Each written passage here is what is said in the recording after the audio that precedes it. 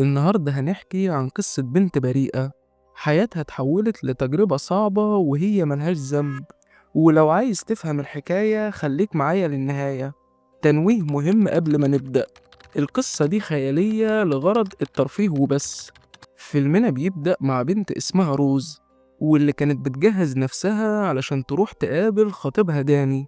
وبعد ما بتاخد صورة سيلفي مع أمها وبتودعها، بتروح تمشي بالعربية بتاعتها. ولأن روز بتحب تتصور كتير، بتقف في نص الطريق وبتفضل تاخد كام صورة لنفسها، وبتبعت صورة منهم لخطيبها داني. وبعد ما روز كملت في طريقها، فجأة في راجل مصاب ظهر قدام عربيتها.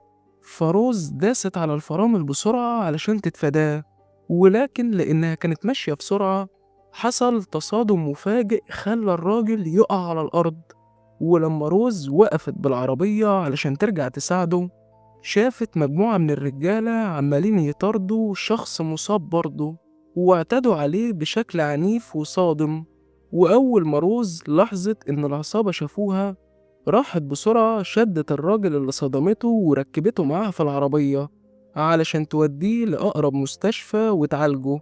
ولكن قبل ما تتحرك بالعربية، العصابة بتكون وصلت ليها وبيحاوطوا روز من كل اتجاه. وبعد ما بيفضلوا يتريقوا عليها، بيروحوا يعتدوا على الراجل المصاب في العربية بتاعتها. ولما روز بتطلع تجري علشان تهرب منهم، تيري زعيم العصابة وقفها باستخدام سلاحه. ووقتها روز بتقع على الأرض وبتفضل تصرخ. وبعد ما العصابة أخدوا روز على المخبأ بتاعهم، احتجزوها هناك وفضلوا يتعاملوا معاها بقسوة. ووقتها روز بتدخل في حالة من الانهيار التام. وفي نفس الوقت بنشوف داني خطيب روز وهو قلقان عليها لأنها اتأخرت. ولما بيفتح الصورة اللي بعتتها له آخر مرة وبيركز فيها أكتر، بيلاحظ إن في لوحة وراها مكتوب عليها اسم المكان اللي اتصورت عنده. ووقتها داني مش بيستنى وبيتصل بالشرطة بسرعة وبيقول لهم عن اسم المكان، بعد ما بيبلغ عن اختفاء روز علشان يبدأوا يدوروا عليها. وبنرجع لروز اللي العصابة كانوا لسه بيتعاملوا معاها بقسوة. وتيري زعيمهم بيكشف لها سر مرعب وبيقول لها إن هو حفيد راجل كان السبب في القضاء على قبيلة كاملة من سنين طويلة، وعرفها إنه لسه محتفظ بالجماجم بتاعتهم لحد دلوقت. وشاور لها على واحدة منهم وقال لها إن دي تخص زعيم القبيلة. وأول ما روز بتسمع الكلام ده بتخاف جدا. وبعد شوية العصابة بيبدأوا يشربوا ويسكروا مع بعض. وفي واحد من العصابة بيقترح على تيري إنهم يتخلصوا من روز دلوقت، ولكن تيري بيرفض. وعلشان ينهوا الجدال اللي ما بينهم، بيراهنوا على حياة روز في لعب القمار مع بعض. وللأسف تيري بيخسر الرهان، والراجل بيمسك سلاحه علشان ينهي الموضوع.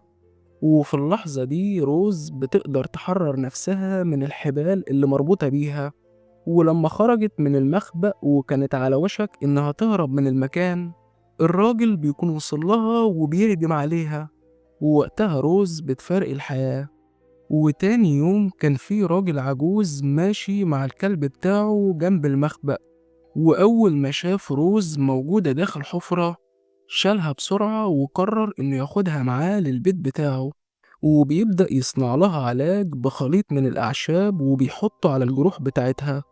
ووقتها بنكتشف إن الراجل العجوز ده من سلالة القبيلة اللي جد تيري خلص عليهم، وهو آخر شخص عايش من القبيلة دي. وبيعمل طقوس غريبة علشان يرجع روز للحياة مرة تانية.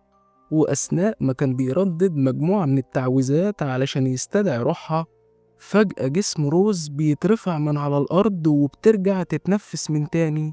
وعينيها بتتفتح مرة واحدة وبتكون سودة بالكامل، ووشها بقى مخيف جدا. وبدل ما تشكر الراجل العجوز إنه ساعدها، بتهجم عليه بشكل مفاجئ. ولكن الراجل العجوز استخدم طقوس معينة وخلاها تفقد الوعي. وفي الوقت ده بنشوف داني وهو بيوصل للمدينة اللي روز اختفت فيها، وبيقعد داخل فندق موجود هناك. وبعد شوية روز بتفوق وبتلاقي نفسها في وسط المدينة، وأول ما بتلمح كابين التليفون موجودة في الشارع بتروح تتصل بخطيبها بسرعة وبتعرفه إنها لسه عايشة.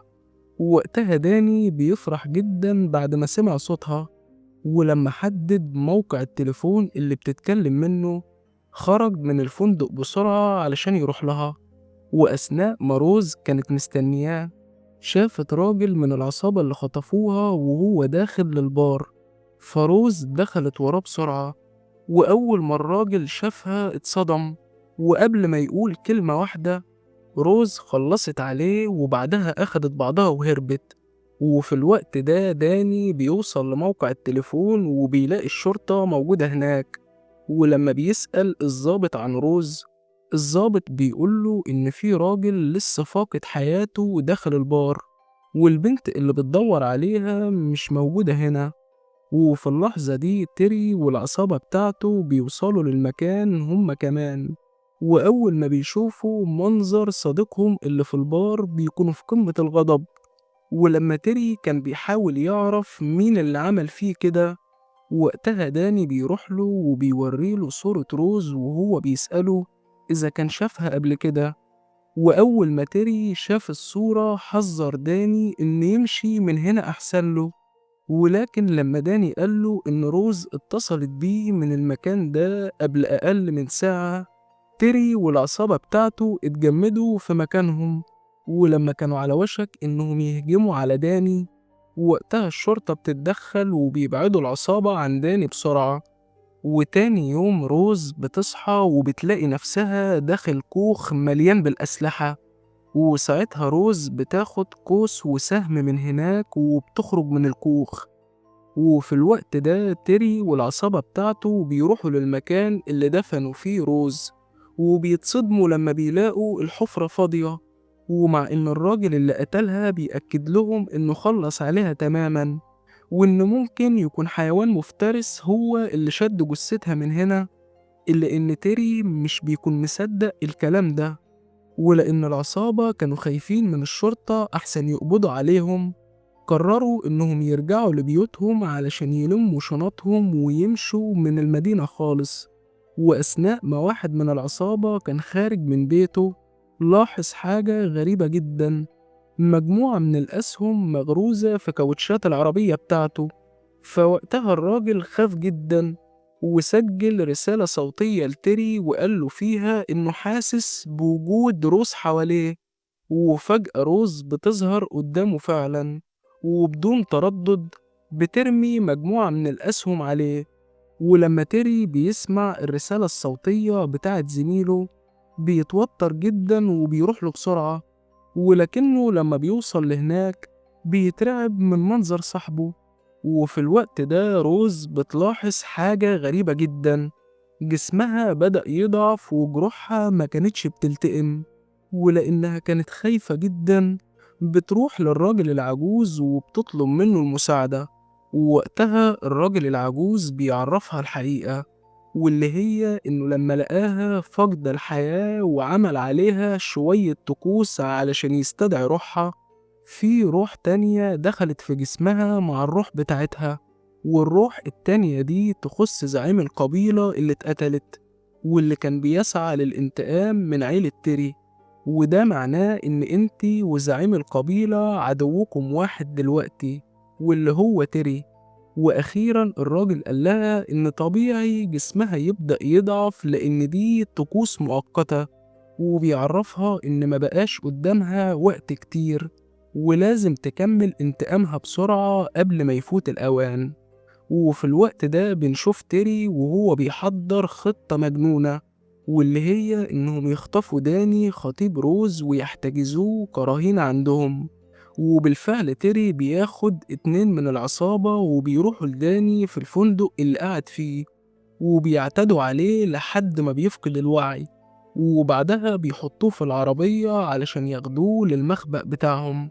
ولكن قبل ما يتحركوا بالعربية فجأة روز بتظهر وبترمي سهم على واحد من العصابة. وأول ما تيري والراجل التاني شافوا روز اتصدموا وما كانوش مصدقين إنها لسه عايشة. ولما تيري بيبدأ يتحرك بالعربية، روز بتنط على سطح العربية وبتدخل في معركة شرسة مع الراجل التاني واللي كان بيحاول يهاجمها بالسلاح اللي معاه، ولكنه اتصدم لما لاحظ إن السلاح مش بيأثر فيها. ولما روز أخدت السلاح منه وكانت على وشك إنها تقتله، في الوقت ده تيري بيدوس على الفرامل بسرعة وبيوقع روز على الأرض، وبيطلع يجري بالعربية بسرعة. وبعد ما العصابة بيكتفوا داني داخل المخبأ، الراجل اللي كان بيتخانق مع روز فوق العربية بيقول لتيري إنه لاحظ إن عينين روز كانت سودة بالكامل، وده معناه إن أكيد في روح تانية موجودة جواها. وأول ما تيري سمع الكلام ده، رد عليه إنه يعرف راجل عجوز ساكن في نفس المكان اللي اتدفنت فيه روز، وممكن يكون هو اللي عمل كده واستدعى روح تانية علشان تسكن في جسد روز. وفي الوقت ده روز بتوصل للمخبأ بتاع العصابة، وأي حد كان بيقرب منها ما كانش بيطلع سليم. وأول ما تيري شاف ده، اترعب جدا وطلع يجري بسرعة. وأخيرا روز بتوصل لخطيبها داني، واللي أول ما بيشوف شكلها بيحزن جدا عليها وبيفضل يبكي. ولما طلب منها إنها تفضل معاه، روز رفضت لأن قدامها وقت قليل جدا علشان تكمل انتقامها. وبعد ما بتحرر داني من الحبال اللي مربوط بيها، بتسيبه وبتمشي لوحدها. وفي الوقت ده تيري بيروح للراجل العجوز وبيسأله إزاي روز لسه عايشة لحد دلوقت. وساعتها الراجل العجوز بيكشف له عن الحقيقة، وبيعرفه إن دي مش روح روز، ولكنها روح زعيم القبيلة اللي قتلها جدك، والروح دي مش هترتاح غير لما تخلص عليك.